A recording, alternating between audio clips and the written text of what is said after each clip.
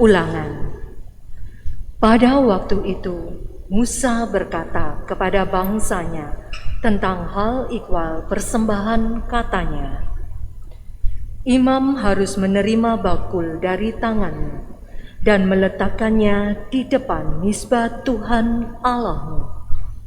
Kemudian engkau harus menyatakan di hadapan Tuhan Allahmu begini, Bapakku dahulu orang Aram, seorang pengembara. Ia pergi ke Mesir dengan sedikit orang saja dan tinggal di sana sebagai orang asing. Tetapi di sana ia menjadi suatu bangsa yang besar, kuat dan banyak jumlahnya. Ketika orang Mesir menganiaya dan menindas kami dan menyuruh kami melakukan pekerjaan yang berat, maka kami berseru kepada Tuhan, Allah nenek moyang kami. Lalu Tuhan mendengarkan suara kami.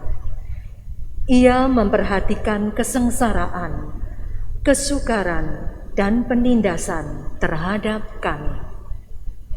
Lalu dengan tangan yang kuat dan lengan yang teracung, dengan kedahsyatan yang besar, dan dengan tanda serta mukjizat-mukjizat, Tuhan membawa kami keluar dari Mesir. Ia membawa kami ke tempat ini dan memberikan kepada kami negeri ini, suatu negeri yang berlimpah-limpah susu dan madunya. Oleh sebab itu, di sini aku membawa hasil pertama dari bumi yang telah kuberikan kepadaku, ya Tuhan." Demikianlah sabda Tuhan. Syukur kepada Allah.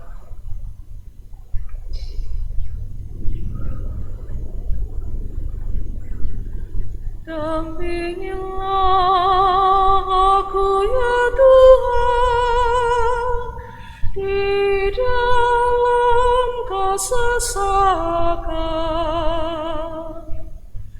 Dampingilah aku ya Tuhan di dalam kesesakan. Orang yang duduk dalam lindungan yang maha tinggi dan bermalam dalam naungan yang maha kuasa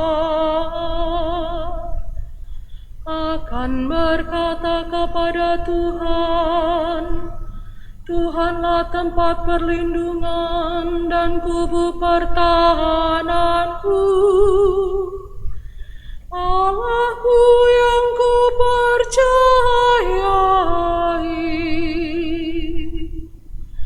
Dampingilah aku ya Tuhan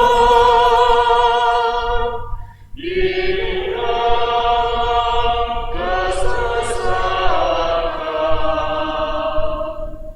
Malapetaka tidak akan menimpa kamu, dan tulah tidak akan mendekat kepada kemahmu. Sebab malaikat-malaikat akan diperintahkannya untuk menjaga engkau di segala jalanmu. Dampingilah aku ya Tuhan di dalam kesesakan.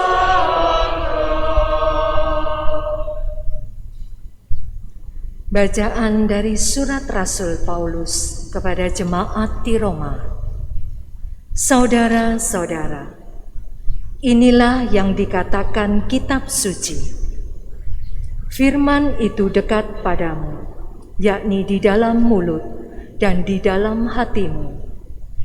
Itulah firman iman yang kami beritakan Sebab jika kamu mengaku dengan mulutmu bahwa Yesus adalah Tuhan dan percaya di dalam hati bahwa Allah telah membangkitkan Dia dari antara orang mati, maka kamu akan diselamatkan. Karena dengan hati orang percaya dan dibenarkan, dan dengan mulutnya orang mengaku diselamatkan. Karena kitab suci berkata, barang siapa percaya kepada Dia tidak akan dipermalukan. Sebab tidak ada perbedaan antara orang Yahudi dan orang Yunani. Karena Allah yang satu itu adalah Tuhan semua orang. Dan Dia kaya bagi semua orang yang berseru kepadanya. Sebab barang siapa berseru kepada nama Tuhan, ia akan diselamatkan. Demikianlah sabda Tuhan.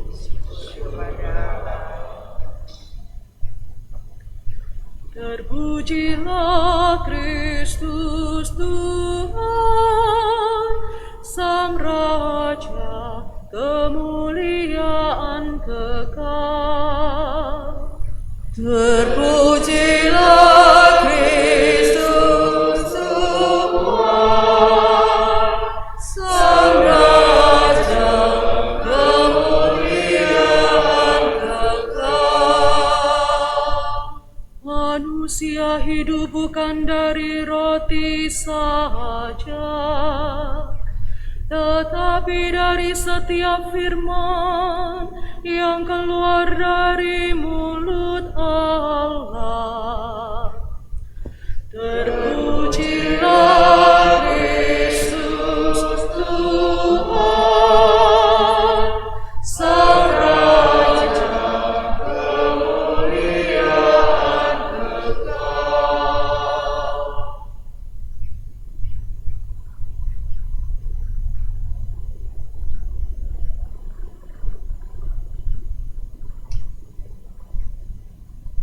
Tuhan bersamamu. Inilah Injil suci menurut Lukas. Dimuliakanlah Tuhan. Sekali peristiwa Yesus yang penuh dengan Roh Kudus kembali dari sungai Yordan, lalu dibawa oleh Roh Kudus ke padang gurun. Di situ ia tinggal 40 hari lamanya dan dicobai iblis. Selama di situ Yesus tidak makan apa-apa, dan sesudah waktu itu ia lapar. Lalu berkatalah iblis kepada Yesus, "Jika engkau anak Allah, suruhlah batu ini menjadi roti." Jawab Yesus kepadanya, "Ada tertulis, manusia hidup bukan dari roti saja." Kemudian iblis membawa Yesus ke suatu tempat yang tinggi, dan dalam sekejap mata ia memperlihatkan kepada Yesus semua kerajaan dunia. Kata iblis kepadanya, "Segala kuasa itu serta kemuliaannya akan kuberikan kepadamu, sebab semuanya itu telah diserahkan kepadaku, dan aku akan memberikannya kepada siapa saja yang ku kehendaki. Maka kalau engkau menyembah aku, seluruhnya itu akan menjadi milikmu."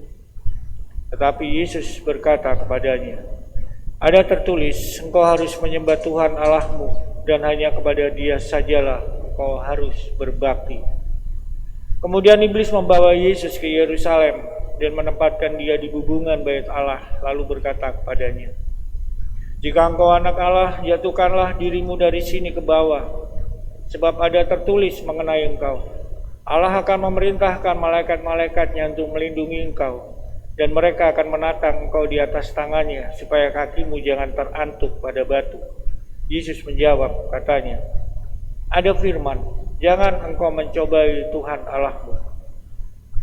Sesudah mengakhiri semua pencobaan itu, iblis mundur dari Yesus dan menunggu waktu yang baik. Demikianlah sabda Tuhan. Terpujilah Kristus.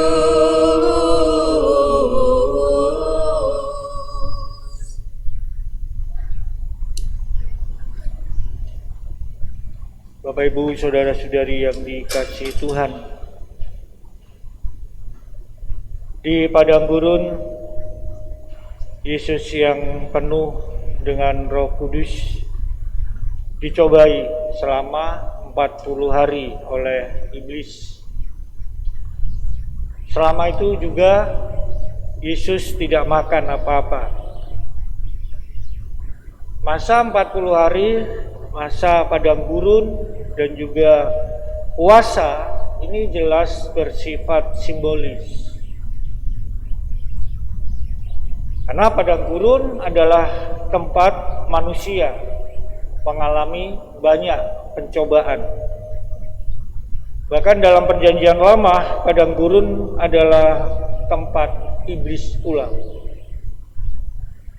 Medannya memang keras. Saudara-saudari yang dikasihi Tuhan, ada 3 pencobaan yang dihadapi Yesus di padang gurun. Yang pertama, Yesus yang menderita lapar. Kekuasaannya sebagai anak Allah diuji.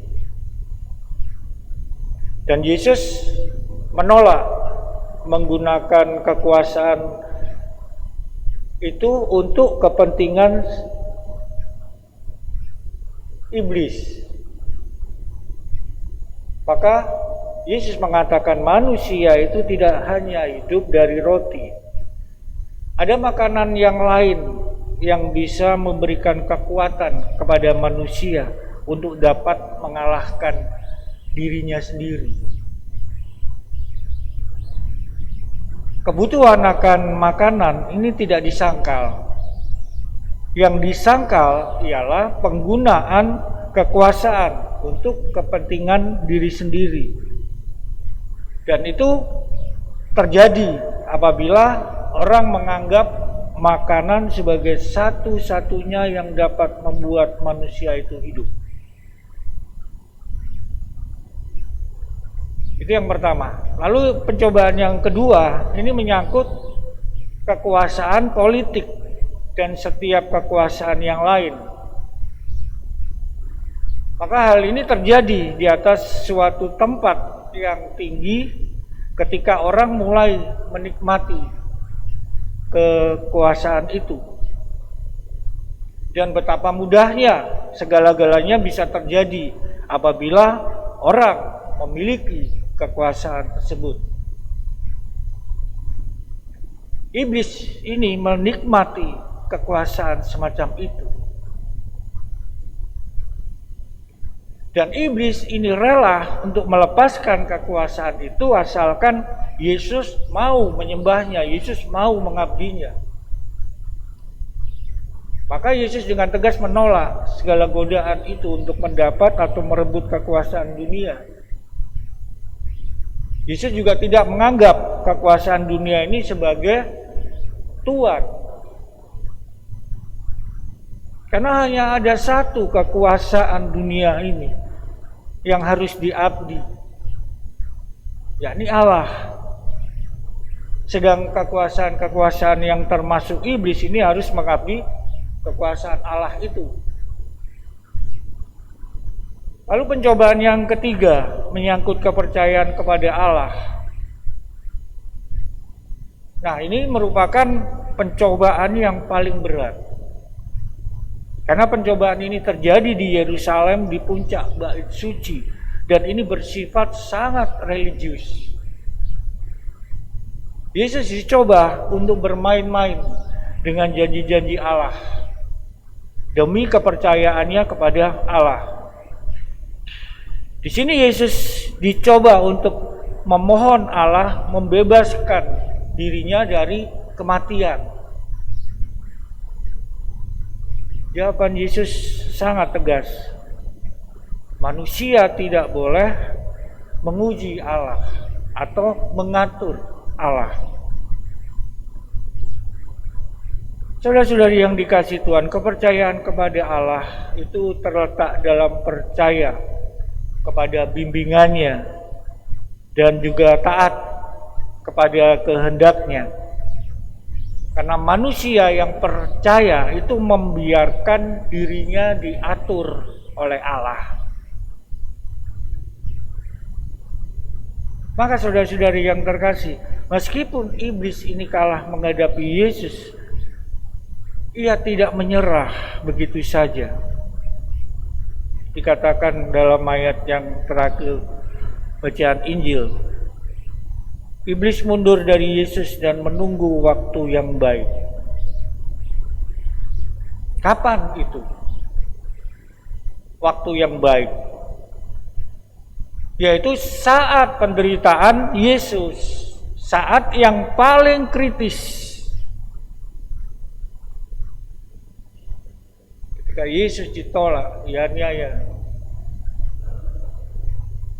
Lalu mengapa Yesus mengalami pencobaan selama seluruh perutusannya? Karena Yesus datang untuk mengalahkan kekuasaan iblis. Maka seluruh hidup Yesus ini adalah suatu pengalaman padang gurun. Dia telah merendahkan dirinya menjadi sama persis seperti kita manusia, kecuali dalam hal dosa. Kadang-kadang Yesus sepertinya berada di tempat yang tinggi dan lain kali di puncak bait Allah. Pengalaman ini sangat manusiawi, apalagi bagi Yesus, seorang awam yang menjadi jauh lebih berpengaruh dari kaum alim ulama pada saat itu. Yesus sangat banyak dicobai dalam hidupnya.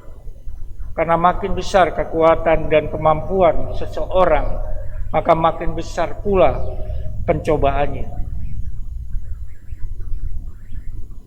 Dan Yesus telah dicobai sama seperti kita, tetapi dia keluar sebagai pemenang. Maka saudara-saudari yang terkasih, kiranya kita perlu belajar rendah hati. Dan hari ini kita memohon ampun pada Yesus dan memohon kekuatan dari padanya.